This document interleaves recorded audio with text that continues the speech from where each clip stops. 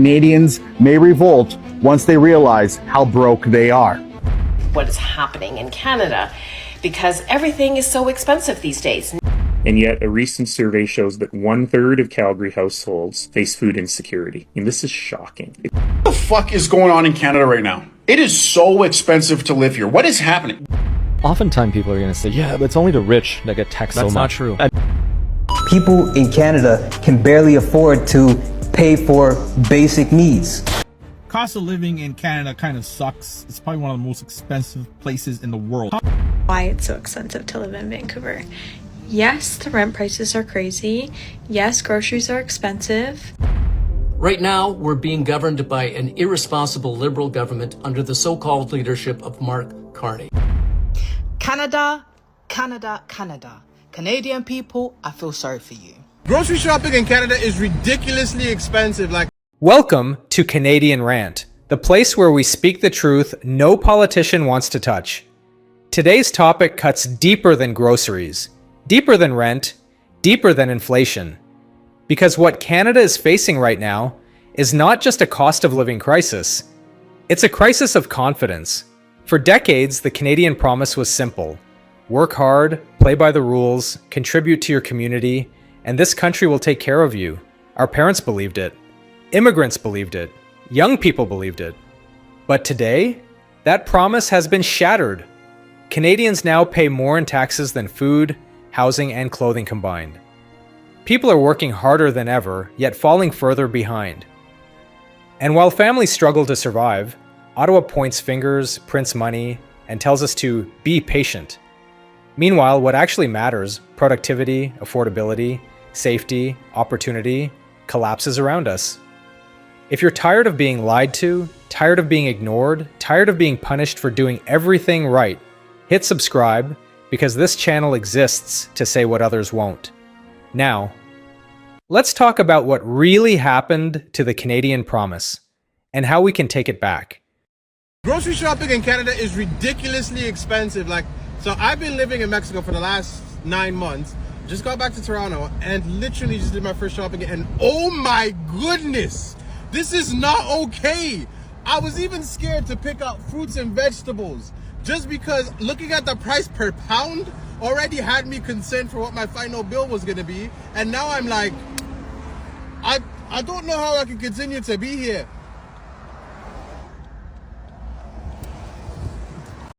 I know I'm usually joking around on this thing, but I thought I'd get real for a second. I don't know if this is just in Canada, but the price of living has gone out of control. I don't know how people are doing it. I'm keeping track of my monthly expenses, all my necessities. I don't know how people do it. $5,300. I don't even have rent on here. What do you do for a living? Tell me. Since when does it cost $10 for a pack of jumbo hot dogs? Schneider's Jumbo 6-pack at Walmart. It's actually $9.96 to be exact, but still, $10. Honestly, life these days in Canada, it's crazy. People in Canada can barely afford to pay for basic needs. You see what I'm saying? It's not like how it was a few years ago where groceries were relatively, decent prices. You see what I'm saying? You could get a house for a decent price, under $500K with an okay credit score. But these days, they want you to pay an arm and a leg for a box in the sky. A lot of people done figured it out. They moving from Canada to Thailand. You feel me? It's not even just Thailand. It's a lot of different countries overseas where people are planning to move right now. Everything is so expensive in Canada. If you look at the average mortgage amount in Canada, it's extremely high. It's $624,000. For every dollar that you earn, you're actually spending $1.72. That's the highest globally. If you're earning minimum wage in Toronto, a new report says that it's just not enough to get by. According to the Ontario Living Wage Network, people living in Toronto would need to make about $10 more than the current minimum wage, roughly $27.60 an hour, just to cover basic living costs. These include stuff like rent, food, transit, and childcare, all of which have increased in price over the past year. The report says even full-time workers that are making minimum wage are struggling to get by, with many struggling with housing and even having savings. Advocates are calling on the province to tie minimum wage to inflation and make the province livable for everybody. For now, Toronto remains the most expensive city in Canada, with the gap between what people make and what they need constantly growing. For GTA Muslims Today, I've been your host, Elia Batul. Oftentimes people are going to say, yeah, but it's only the rich that get taxed so much. That's not true. I decided to break it down. The median income in Canada is $55,000. From that $55,000, you're going to have a combined provincial and federal income tax in Ontario here of $11,500. From there, you're going to pay $4,000 in CPP and EI, so Canadian Pension Plan and Employment Insurance. On top of that, we're in Canada. Most people have a car and need to drive. Gas, and this one blew my mind. I couldn't believe it. The minimum tax on fuel is 37 cents per liter. That includes excise taxes, both federal and provincial. Montreal has a 3 cent for public transport. Then you have QST and GST. Roughly, that's an extra $1,000 a year that you pay in taxes just on gas. And then on top of that, property taxes. It's about 1% of the purchase price. Right there, you're at $23,000 of taxes annually. So it gives you a remaining $32,000 in your pocket. But wait, that's not your purchasing power quite yet. Because on top of that,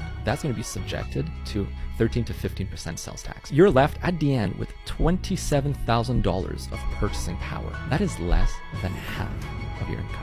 Cost of living in Canada kind of sucks. It's probably one of the most expensive places in the world. To combat that, you need to learn a skill set where you don't have to trade your time for money anymore, and where your money is just working for you no matter what. Few appreciating assets you can actually invest in. Real estate's one, but you need a huge amount of capital to start in real estate. The other one is the stock market. But there's something better than both of those things. It's called crypto staking. Basically, you invest in certain crypto projects where you can get anywhere between 60 to 200% a year on your money. And the crazy part is, it doesn't matter what the market is doing, you can still make 60 to 200%. I'm being conservative, by the way. I've had a project where I was making 2,000% for about 3 months, and then people found out about it, and then it kind of went down. Oh, I forgot. Did I mention it's completely newbie friendly? You don't need any crazy tech skills, or you have to trade and do this and that. Literally invest in a project. You check it a couple of times a week, maybe 10, 15 minutes, see how it's doing. And that's it. Very, very semi-passive, right? So that's the only work you'll be doing once you know what you're doing. If you want to learn how to do this properly, there's a free training.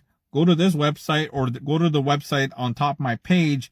It's actually done by my personal mentor, Dan Ryder, who's been doing this for several years. He got me to the point where in 1 year, my assets, my crypto assets, were paying for my entire lifestyle. And I have several income streams now, but just that alone is paying for everything. And the other income streams are paying for, that's gravy. That's gravy. Again, go here or go to the top of my page. Just watch that free training by my business partner, Dan Ryder, and you'll see exactly how it's all done. Does anyone else wonder if this is what people felt like during the Great Depression? Because I feel like this really shitty feeling of barely making ends meet all of the time. Groceries being so expensive, gas being so expensive, everything. Auto insurance, homeowners insurance. We just had to renew our policy. It was up $93 a month. The cost of our medications, just everything is so expensive right now. And I feel like this is probably close to how it felt during the Great Depression. And I say this laughing, but it's not funny at all. I know that unemployment is probably not as low, and the banks are not failing, and the home market, real estate market, it's not crashed or anything like that. But this really sucks. And when is it going to get better? I feel like we are all accepting what it is because we have to, and it's just not ever going to get better. This is not about politics. I'm not here to fight about who you voted for, who should be in office, blah, blah, blah. I don't care. Because none of those people up there care about me at all. And they don't care about you either. Storytime Canadian Economy Edition. This is part 2. I'm actually cooking as well. Yesterday I shared with you what happened to the retiree, former colleague of mine, who basically was a very accomplished architect, had to come back to the workforce because she realized that life was just going to be very expensive during her retirement days. And if she wanted to travel, see the grandkids, do things with them, that she was going to have to go back to work. And that is a really sad reality of what is happening in Canada, because everything is so expensive these days. Now, as I'm standing here cooking, I'm going to share with you guys part 2. Same week, this was last week, I had someone else that I knew in the past. He was a former business owner here in town, very accomplished. Him and his wife owned a business. They lost the business during the pandemic, obviously with all the shutdowns. They just couldn't sustain that business and keep it going. And it's really sadly to say they ended up losing the business, their house, and unfortunately, just like many things, their marriage also fell apart. Now he lives in a rental here in town. It's about $4,000 a month. He called me up because he realizes now that he needs to scramble to keep the roof over his head. He is actually looking to sell some of his sports memorabilia to raise money so that he can keep a roof over his head, him and his kids. It's actually really, really sad. But this is what is happening in Canada. I know I talk about it all the time, and then what can you do about it? I always say don't get caught off guard. Don't wait to be fired to start looking for a job. Always really be nimble. If at all possible, start that side hustle that may turn into something more. And if you don't know where to get started, how to get started, hit that follow button. I'm going to walk you guys through that because I think it is one of those really critical skills that you can develop very easily. It will help you when you need it most. The NDP's Protect Your Paychecks bill goes to a vote. The cynic, or maybe it's just the realist in me, goes, well, it's going to get voted down by the UCP. It will get voted down. It will get voted down. The cost of living crisis is trumping everything. And it's awful. Calgary is still the wealthiest city in Canada, and yet a recent survey shows that 1/3 of Calgary households face food insecurity. And this is shocking. If you're someone who goes to work every day, you shouldn't have to be scared when you get to the till at the grocery store. This is forcing very difficult choices, leading to a life of financial fear, which shouldn't be happening in a place this wealthy. We are the richest jurisdiction in the country. We have the lowest minimum wage. We also have the highest youth unemployment. So the Econ 101 argument that says if you increase the minimum wage, you increase unemployment, clearly supply and demand are massively out of whack in Alberta. We put in what I think is a very thoughtful way of increasing minimum wage, $1 this year, first time since 2018, $1 next year, $1 the year after. That still doesn't keep us up with inflation since the UCP stopped indexing minimum wage to inflation. They're the only government in Canada that doesn't index minimum wage to inflation. But we think that that's a way that won't be too much shock on businesses, but also will start to get us to a place where minimum wage earners can actually afford groceries and live a life and not have to rely on the food bank. What do you think? Do minimum wage earners deserve a raise? There was one video that you posted I just thought of. You were going off about the cost of living in Canada, and it went fucking kind of nuts online. What the fuck is going on in Canada right now? It is so expensive to live here. What is happening? We already as Canadians are getting fucked on like telecommunications. Like our phone bills and our internet and everything is fucking like 3 times what it is in the US. I fly home to see my parents all the time. It's like $900 to go see them. And then I was like searching for another apartment. I was like, motherfucker, man, it's $3,000 for like a 1-bed, 1-bath. The price of groceries we get fucked on. Like the groceries are getting so expensive. Like tipping culture is fucking insane. If I have to tip everywhere, I'm going to start tipping nowhere. I'm an old school kind of person where like if I get good service, I want to fucking 100%. tip. What was funny is that like I made that video kind of like complaining about like Toronto and Vancouver.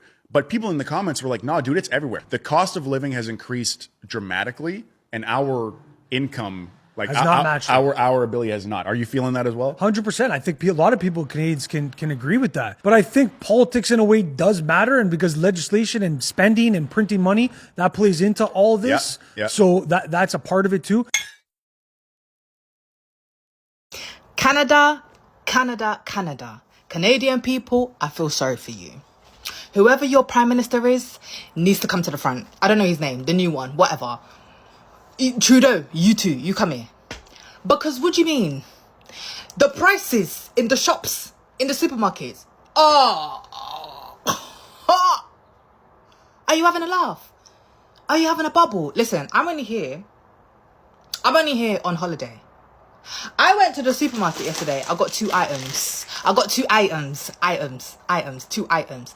I got a packet of crisp or chips and a tin of custard. Guess how much that cost me? Let the British people scream before I even answer. $10.33. $10.33. Do you know how much British pounds that is? That's £7 something. For a packet of crisp and a tin of custard. And it's not even British custard. It's not even imported. It was made here. Was it? I don't know. You people are suffering. I feel so... The other day, I wanted to get grapes. Why was it nearly $10 for grapes? Grapes. That is £1 something, £2 something in the UK. In Marks and Spencer's. In Lidl and Aldi, it's even less. And I was about to spend nearly $10. The way I put that back, quick, fast, and in a hurry. If the Canadians decide to revolute or revolt, I'm with them. I'll be supporting them from afar, but I'll be supporting. Because what is this? I feel like no one talks enough about why it's so expensive to live in Vancouver. Yes, the rent prices are crazy. Yes, groceries are expensive. But are we talking about the amount of hobbies there are to do here? For someone that is hobby obsessed like myself, I think I've picked up like 6 or 7 new hobbies since I've gotten here. Like 3, almost 4 years ago. Like, okay, say you want to get into hiking. You're going to need all the safety stuff. And a lot of people may not have it, but like you need bear spray, $50. You need a backpack that's comfortable. You need hiking shoes. Okay, this is a very simple hobby. If you want to elevate it into backcountry camping or backpacking, then you need a bigger backpack, like a 45 to 60 liter backpack. And then you need a sleeping pad and a sleeping bag. Or if you don't want to hike in with your stuff and you want to do front country camping or car camping, then you're going to need maybe like a bigger tent or a stove that's not like a pocket stove. It's like a Coleman stove. And then you need the pots and pans, and you need stuff to entertain yourself while you're camping. It's crazy. Okay, and then say you're like, oh, I'm also an adventure junkie. You want to get into biking, so you start mountain biking. The North Shore is perfect for that. So you buy all this fancy equipment, you upgrade your bike, whatever. Then you're like, I'd love to try road cycling. So you get a road bike, and you get the fancy cycling gear and whatever. Then you're like, oh, but I can't go on gravel paths. So then you get a gravel bike, and you're like, oh, this opens up so many new opportunities, okay?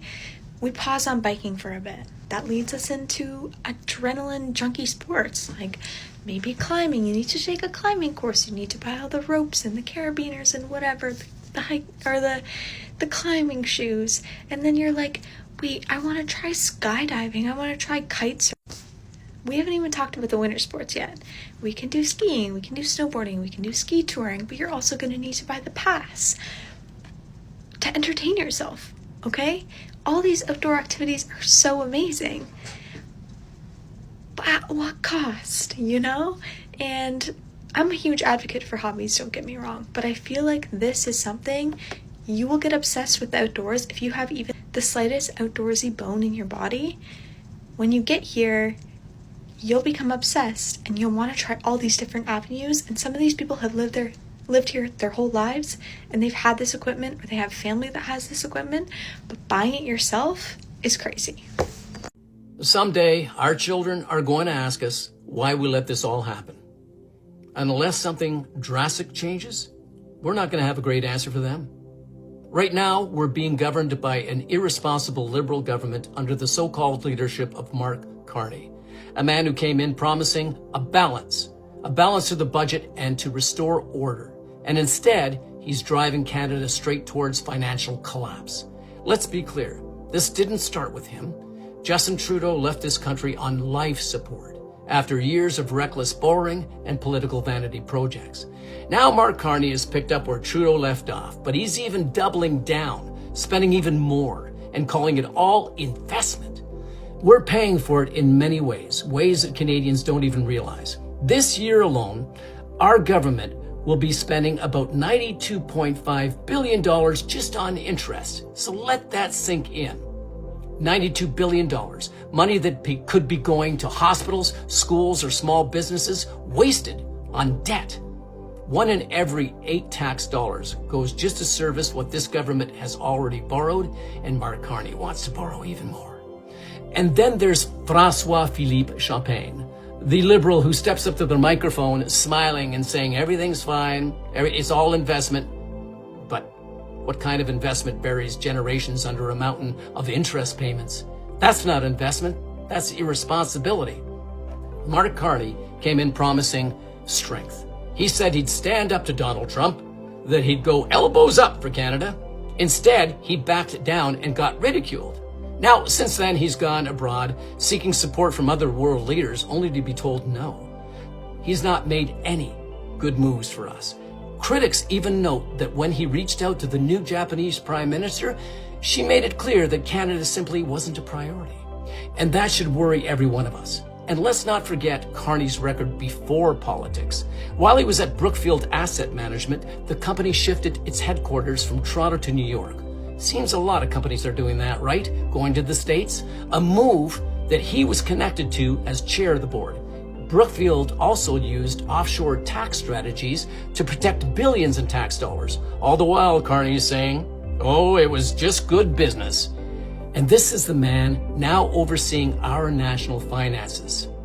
Every dollar this government borrows comes from us, from our paychecks, our savings, our futures. It's money our children will have to repay with interest. I'm not fear-mongering here, folks. I'm stating facts. And I say this as someone who's seen firsthand what happens when a government fails its people. I've served in war zones. I've watched nations crumble under the weight of corruption, debt, and neglect. Ordinary people, good people like you and me, become prisoners of chaos. That's why I wrote my book, The Hostage Effect, because I saw the same patterns beginning to emerge here. Fear, manipulation, distraction, and a gradual loss of control. I fought for this country. I fought for what Canada stood for. And now I'm watching it being taken over by an irresponsible government that's selling out our children's future and calling it all progress. My daughters have asked me, Dad, why are you guys leaving us in such a mess? Why can't we afford homes? Why are we working so much harder for so much less? Their questions are legitimate and they haunt me, and they should haunt all of us. This is why I'm speaking out, because once a nation loses control of its finances, it loses control of its freedom. We can't sit back and let this all continue. It's time for us to say no more. No more runaway debt, no more deception, no more pretending that fiscal recklessness is leadership. If that means an election, so be it. Not because we want another campaign, but because we need a reset. We need good leadership that serves Canadians and not its banks, not billionaires, and not foreign interests. I fought for this country, and I'll fight for it again, this time with my voice. Not out of anger, but out of love for what Canada should still be if we all wake up now. This isn't fear, it's clarity. And the truth is, we're running out of time. What we're watching in Canada right now is not a temporary downturn. It's not just inflation. It's not just a phase. This is the moment a nation realizes that the foundation it trusted has been hollowed out. For years. Politicians sold Canadians a fantasy that everything was fine, that there was no cost to endless spending, that debt didn't matter, that productivity didn't matter, that immigration numbers didn't need limits, that housing would magically fix itself, that safety wasn't declining, and that government could always be the answer. But today, the truth is impossible to hide. People can't buy homes, can't raise families, can't save money, can't retire, can't afford food, and can't feel safe walking in their own neighborhoods. We were promised progress, we got decay. We were promised equality, we got division. We were promised opportunity, we got stagnation. And now, after 10 years of failure, we're being told to believe the next handpicked insider will save us. No. Canadians aren't stupid. We see the truth clearly. Canada doesn't need new slogans. It needs new leadership, new direction, and new courage, because the real crisis isn't economic. It's emotional. It's spiritual. It's psychological. It's the exhaustion of people who did everything right, worked hard, paid their taxes, followed the rules, built communities, and got nothing back. But here's the hopeful part. Canada is not dead. Canada is wounded, and wounds can heal when people stand together. We can rebuild affordability by making homes buildable and cutting the taxes that suffocate workers. We can restore opportunity by growing productivity, not government bureaucracy.